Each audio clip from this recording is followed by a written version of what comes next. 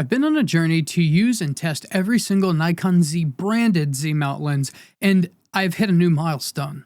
So today, I will be ranking every Nikon medium telephoto lens by their optics, best to worst.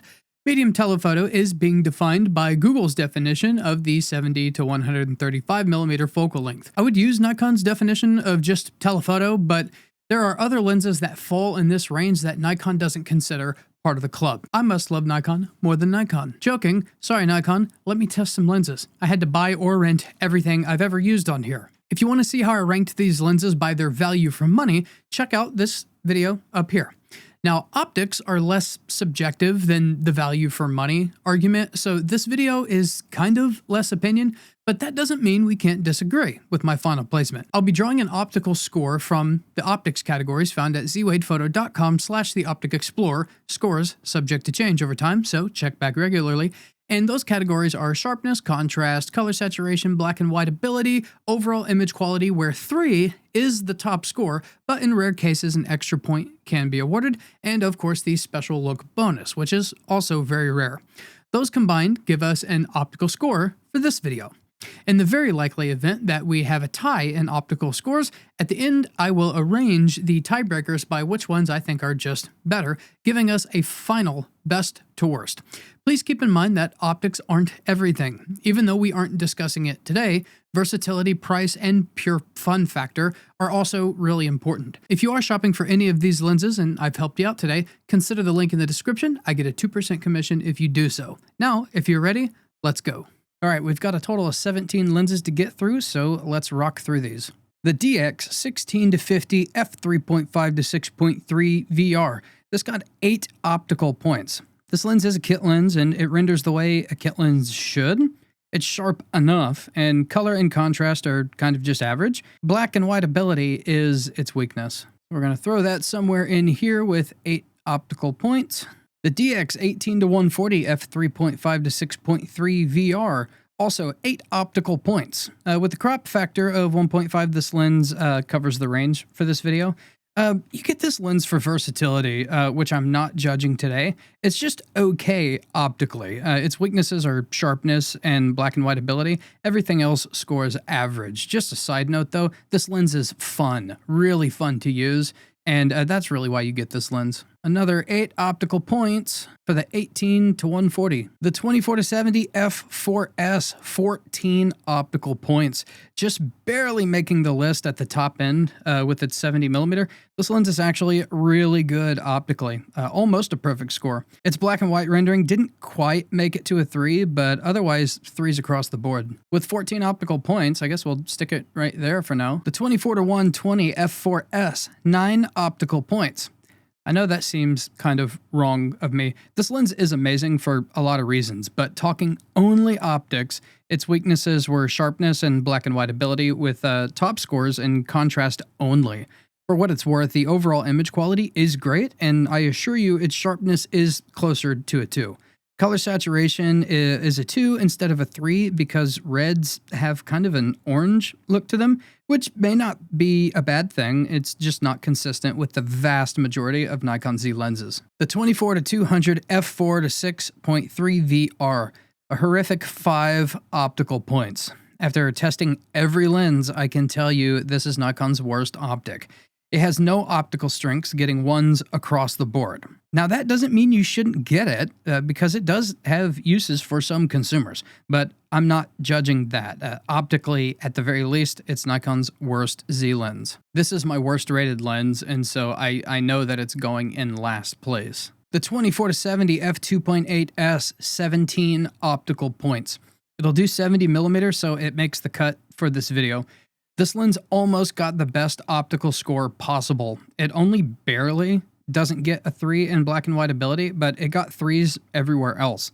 It even got the very rare extra point in overall image quality and the equally rare special look bonus. This is the leader of the pack at the moment, so it's going in our #1 spot here. The 28-75 f2.8, 9 optical points, just barely making this video at the top end of 75mm. It's very middle of the road optically, no standout optical features, but really only one weakness, and that's its black and white ability. It's pretty average across the board otherwise. We got to move this down because this had 9 optical points. I'm kind of trying to keep these separate for the time being so I can easily arrange them later. There we go, keeping it clean. Boy, that's a really terrible picture of the 28-400. Looks ugly. 9 optical points. This lens covers the entire medium telephoto range and even into the super telephoto range. Versatility is why you get this lens. Optically, it has really only one weakness. It's just not that dang sharp. But otherwise, it's 2s across the board, which ain't necessarily bad. 28-135 f4PZ, 11 optical points covering the entire medium telephoto range that we're talking about today. This lens looks middle of the road on my score at first glance, but all of its optical 2s really do kind of lean more towards 3. It does have a true 3 points in contrast, so a pretty strong performance. 11 optical points puts this currently right there. The DX50-250 f4.5 to 6.3 VR, 8 optical points. Not a bad lens at all. It's pretty average, actually, optically. Its weaknesses are sharpness and black and white ability, with no other standout features. But again, it's not a bad lens. The 70-180 f2.8, 9 optical points. Very normal optically, kind of average. It basically gets 2 points across the board except black and white ability, where it is a little flat, so it got a 1. 9 optical points will stick you right there. The 70-200 f2.8 VRS, 12 optical points. This lens maxes out in sharpness, and the overall images come together just well enough to get a 3. Other than that, it's kind of rather normal, and I've called this lens before, just a little uninspiring. 12 optical points does put us right here. We bump the 28-135 down, and this lens, which just barely fits here, goes into the 3rd place spot now. The 100-400 f4.5 to 5.6 VRS, 12 optical points. Kind of similar to the 70-200, but in contrast, it's better, but it's not as sharp, barely. So it gets the same 12 points in my scoring. And we got to move the poor 28-135 down again, and the 100-400 comes in right there. And we have to do a tiebreaker here in a bit. Had to move some stuff around a little bit so I don't lose myself. The 85 f1.2S, one of only 2 lenses ever so far to achieve a perfect optical score of 18 points. By perfect, I mean perfect. It got a 3 in sharpness, contrast, color saturation, and black and white ability, and managed to pull the rare extra point in overall image quality and the rare special look bonus. This lens has got it all. 18 points means we gotta move this whole list down. Actually, we already know that there's another lens that achieved a perfect optical score, so I went ahead and shifted it to make room for it. We'll get to it in a second. The 85-12S has it all. The 85-18S, its little brother, however, not so much, but it's not so bad at 12 optical points. Its strengths are sharpness and contrast, and everything else got 2 points. It's pretty simple. The 105 f2.8 VRS, 16 optical points. I actually just recently adjusted this one, having tested so many Nikon Z lenses. There are so many lenses that are sharper, so I changed the sharpness from a 3 to a 2, which also led me to remove the extra point in overall image quality, but it's still a 3, which should be considered the perfect score because the extra point that would make it 4 is incredibly rare. And it did maintain its special look bonus, so that's nice. Every other optical category remains at 3 points for an amazingly high score of 16. The 135 f1.8S Plena. Like the 85-12, it achieved a perfect score, the second of only 2 lenses to date to achieve perfect optical scores of 18. All optical categories got 3 points, and like the 85, it achieved the overall image quality extra point and the special look bonus. All right, let me stack up our tiebreakers, and then we can work from there. So what we know for sure is that the 24-200 f4 to 6.3 got the worst optical score, and so it's in dead last we know that. It's given. Easy. Now we have this tiebreaker here between the 85-1.2 and the Plena. Now it's my preference to use the 85-1.2. I like the working distance better, and I do think that the tonal transition is just unmatched. However, if we're talking like optical features, the fact that the 135 has perfect bokeh, that is an optical feature that the 85-1.2 doesn't have. And so while these are both basically perfect scores, the Plena kind of has that little tiny feature that I guess makes it optically superior, even though I would say that that little tonal transition is more important to me. But putting my opinion aside, I think the Plena probably deserves to be in first place in this range. The 24-70 f2.8S isn't competing with anybody for third place, with its 17 optical points that can stay right there. Also, the MC105 f2.8S VRS is also not competing with anybody for its 16 optical points, and so it gets to stay there. The 24-70 f4 got 14 optical points, and so it also gets to stay right where it's at. The 28-135 got 11 optical points, and so this is where it's going to be because we have a three-way tie of 12 pointers. And it's actually kind of difficult ones to tie break because this can definitely be opinion. It depends on if you're a sharpness person or if you're a contrast person. Me personally, I'm a contrast person. I'll sacrifice a little bit of sharpness to just have like a deeper image. And so I feel like, and this is going to be incredibly unpopular, I feel like I want to give the next slot to the 100-400 because I love the contrast, and it has great color too. And so I want to give this one its place right here. Now these two, the 70-200 f2.8S and the 85 1.8S, if you got behind me on the 100-400, I'm probably going to lose some friends over this one here.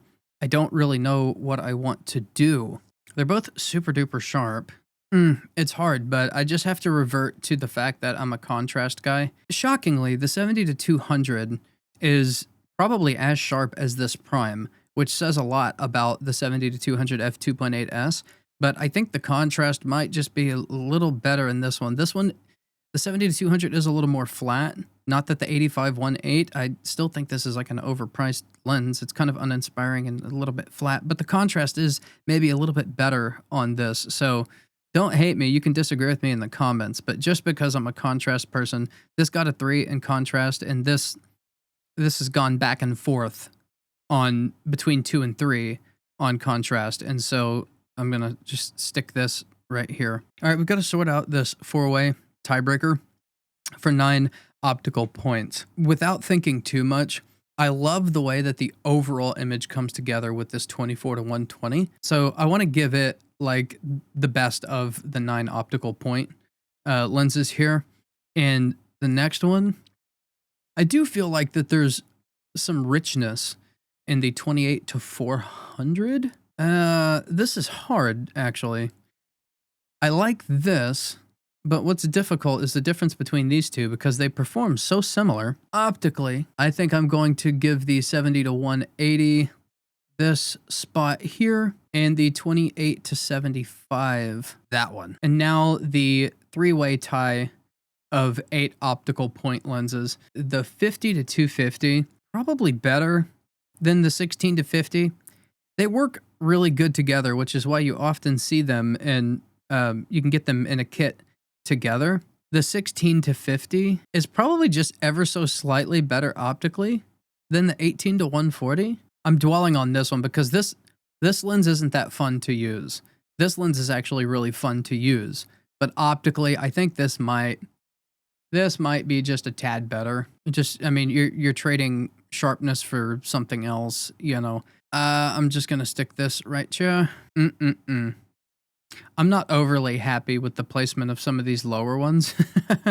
I knew this was gonna happen, but we're just gonna call it right here. I'm not really thrilled with everything from the 18-140 to the 70-180. Everything else, I'm totally certain of. Little bit of, mind contention here, but overall, I think this is okay. So in first place, the Plena 135 f1.8s Plena. Second place, the 8512s. Third place, we've got the 24-70 f2.8s. In fourth place, we've got the MC105 f2.8 VRS. And then in fifth place, we got the 24-70 f4s. In fifth place, we got the 100-400 4556. Seventh place here, we got the 8518s. In eighth place, we got the 70-200 f2.8s. In ninth place, we got the 28-135 f4PZ. In 10th, we've got the 24-120 f4s. In 11th, we've got the 28-400 f4 to f8. In 12th place, we got the 70-180 f2.8. In 13th, we got the 28-75 f2.8. In 14th, we've got the DX 50-250 4563. In 15th, we got the DX 16-50 f3.5 to 6.3. In 16th, we've got the 18-140 3.5 to 6.3. And in dead last by a nice amount of points, we've got the Nikkor Z 24-200 f4 to 6.3. And there we have it, a rank of all Nikon branded Z-mount medium telephoto lenses from best to worst. Let me know in the comments if you agree or disagree. Check the links in the description if you're shopping. I get a 2% commission if you do so. I'm Z Wade, the Z Wade in Z Wade Photo. Stay sharp, YouTube.